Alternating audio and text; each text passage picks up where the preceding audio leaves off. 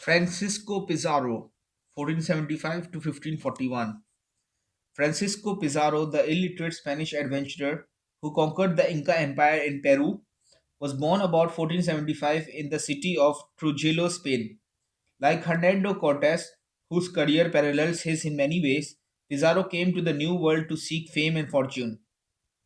From 1502 to 1509, Pizarro lived on Hispaniola, the Caribbean island on which Haiti and the Dominican Republic are now situated. In 1513, he was a member of the expedition led by Veces Nunes de Balboa, which discovered the Pacific Ocean.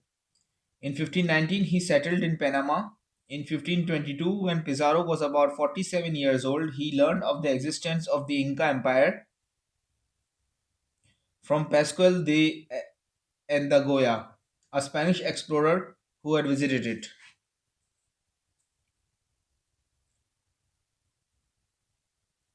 Pizarro, doubtless inspired by the recent conquest of Mexico by Hernandez Cortes,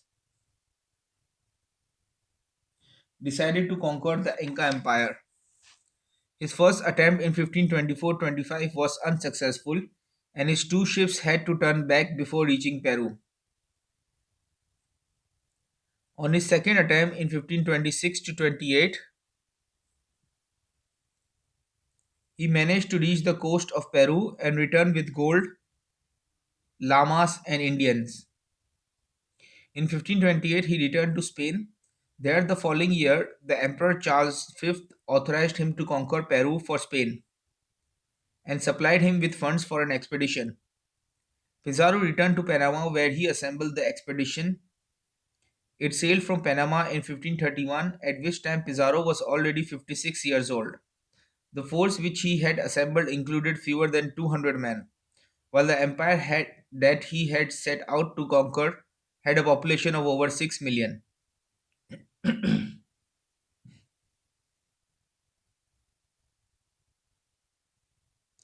Pizarro reached the coast of Peru the following year, in September 1532, taking with him only 177 men and 62 horses. He marched inland. Pizarro led his small force high into the Andes Mountains to reach the town of Cajamarca, where the Incan ruler Atahualpa was staying with an army of 40,000 warriors.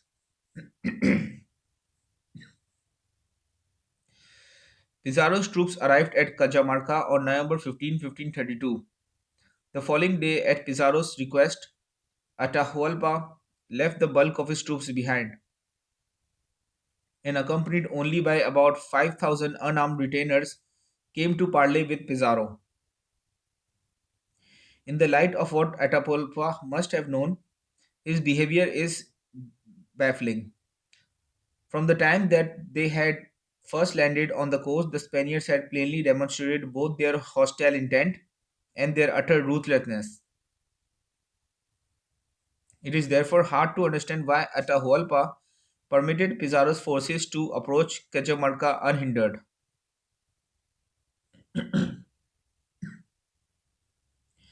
Had the Indians attacked him on the narrow mountain roads, where Pizarro's horses were almost useless, they would easily have annihilated the Spanish forces.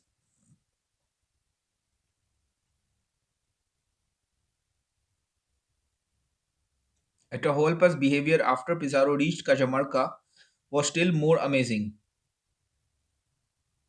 To approach a hostile army while himself unarmed was incredibly stupid. The mystery is only heightened by the fact that ambush was a common tactic of the Incas. Pizarro did not let his golden opportunity pass. He ordered his troops to attack Atahualpa and his unarmed escort. The battle, or rather massacre, lasted only about half an hour. Not a single Spanish soldier was killed.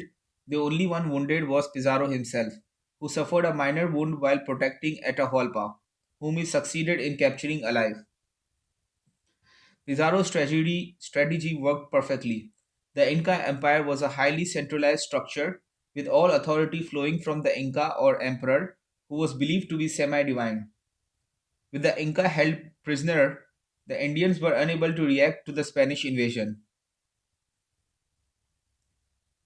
In the hope of regaining his freedom, Atahualpa paid Pizarro an enormous ransom in gold and silver, probably worth more than $28 million. Nevertheless, within a few months, Pizarro had him executed.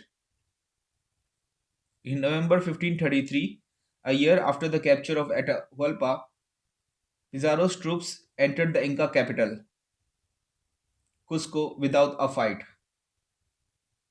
There, Pizarro installed a new Inca as his puppet. In 1535, he founded the city of Lima, which became the new capital of Peru. In 1536, however, the puppet Inca escaped and led an Indian revolt against the Spanish. For a while, the Spanish forces were besieged in Lima and Cusco. The Spanish managed to regain control of most of the country the following year, but it was not until 1572 that the revolt was finally crushed. By then, however, Pizarro himself was dead. Pizarro's downfall came about because the Spanish started fighting among themselves. One of Pizarro's closest associates, Diego de Almagro, revolted in 1537, claiming that Pizarro was not giving him his rightful share of the booty. Almagro was captured and executed, but the issue was not really settled. And in 1541, a group of Almagro's followers broke into Pizarro's palace in Lima and assassinated the 66-year-old leader, only 8 years after he had entered Cusco victoriously. Francisco Pizarro was brave, determined, and shrewd. By his own lights, he was a religious man, and it is reported that the dying Pizarro drew a cross on the ground with his own blood and that his last word was Jesus.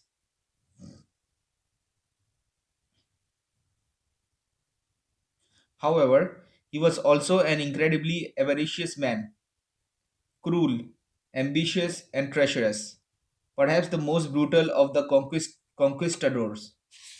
But Pizarro's harsh character should not blind us to the magnitude of his military achievement. When in 1967 the Israelis won a dramatic victory over Arab nations which greatly outnumbered them and which possessed far more military equipment, many persons were surprised. It was an impressive triumph, but history is studded with examples of military victories won against sizable numerical odds. Napoleon and Alexander the Great repeatedly won victories against larger armies.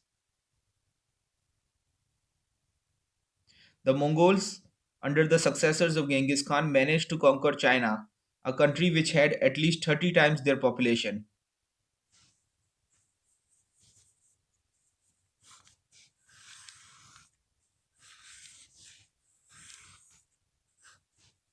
However, Pizarro's conquest of an empire of over 6 million with a force of only 180 men is the most astonishing military feat in history.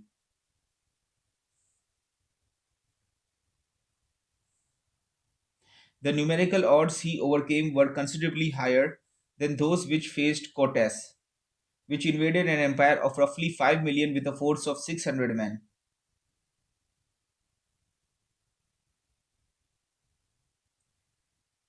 Could even Alexander the Great or Genghis Khan have matched Pizarro's accomplishments? I doubt it, since neither of them would ever have been so reckless as to attempt a conquest when faced with such overwhelming odds.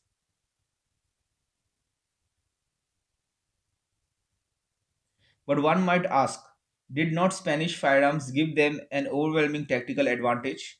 Not at all.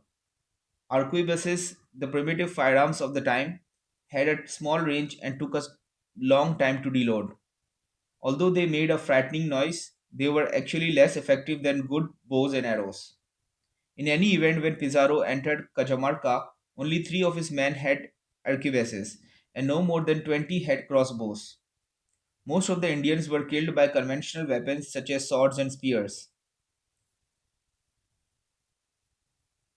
Despite their possession of a few horses and firearms, it is plain that the Spanish entered the conflict at an overwhelming military disadvantage. Leadership and determination rather than weaponry were the chief factors in the Spanish victory. Of course, Pizarro had good luck as well, but it is an old saying that fortune favors the brave. Francisco Pizarro has been condemned by some writers as little more than a courageous thug, but few, if any, thugs have had his impact on history. The empire which he overthrew, ruled most of present-day Peru and Ecuador, as well as the northern half of Chile and part of Bolivia. Its population was considerably larger than all the rest of South America combined. As a result of Pizarro's conquest, the religion and culture of Spain were imposed on the entire region. Furthermore, after the fall of the Inca Empire, no other part of South America had any chance of successfully resisting European conquest. Millions of Indians still inhabit South America, but in most part of the continent, the Indians have never regained political power, and European language, religion, and culture remain dominant.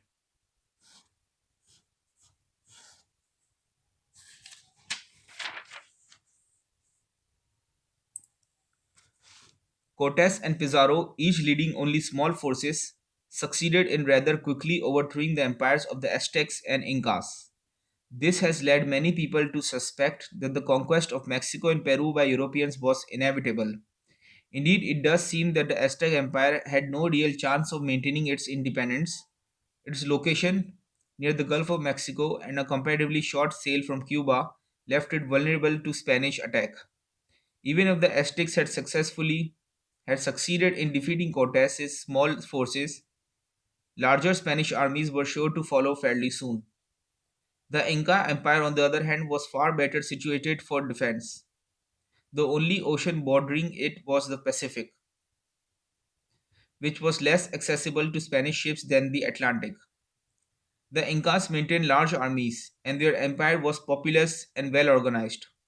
Furthermore, the terrain of Peru is rugged and mountainous, and in many sections of the world, the European colonial powers found it very difficult to conquer mountainous regions. Even in the late 19th century, when European arms were far more advanced than they had been in the early 16th century, an Italian attempt to conquer Ethiopia was unsuccessful. Similarly, the British had almost endless difficulties with the tribes on the mountainous northwest frontier of India, and the Europeans were never able to colonize such mountainous countries as Nepal, Afghanistan, and Iran. Had Pizarro's invasion failed, and had the Incas thereby had the opportunity to gain some knowledge of European weapons and tactics, they might well have been able to fight off substantially larger European forces afterwards. As it was, it took the Spanish 36 years to suppress the Indian revolt of 1536. Even though the Indians had very few guns and were never able to muster more than a small fraction of the troops which could have assembled before Pizarro's conquest, the Spanish might have conquered the Inca Empire even without Pizarro, but that conclusion seems far from certain. Thus, Pizarro has been ranked slightly higher than Cortes on this list. Cortes speeded up history, Pizarro may possibly have altered its course.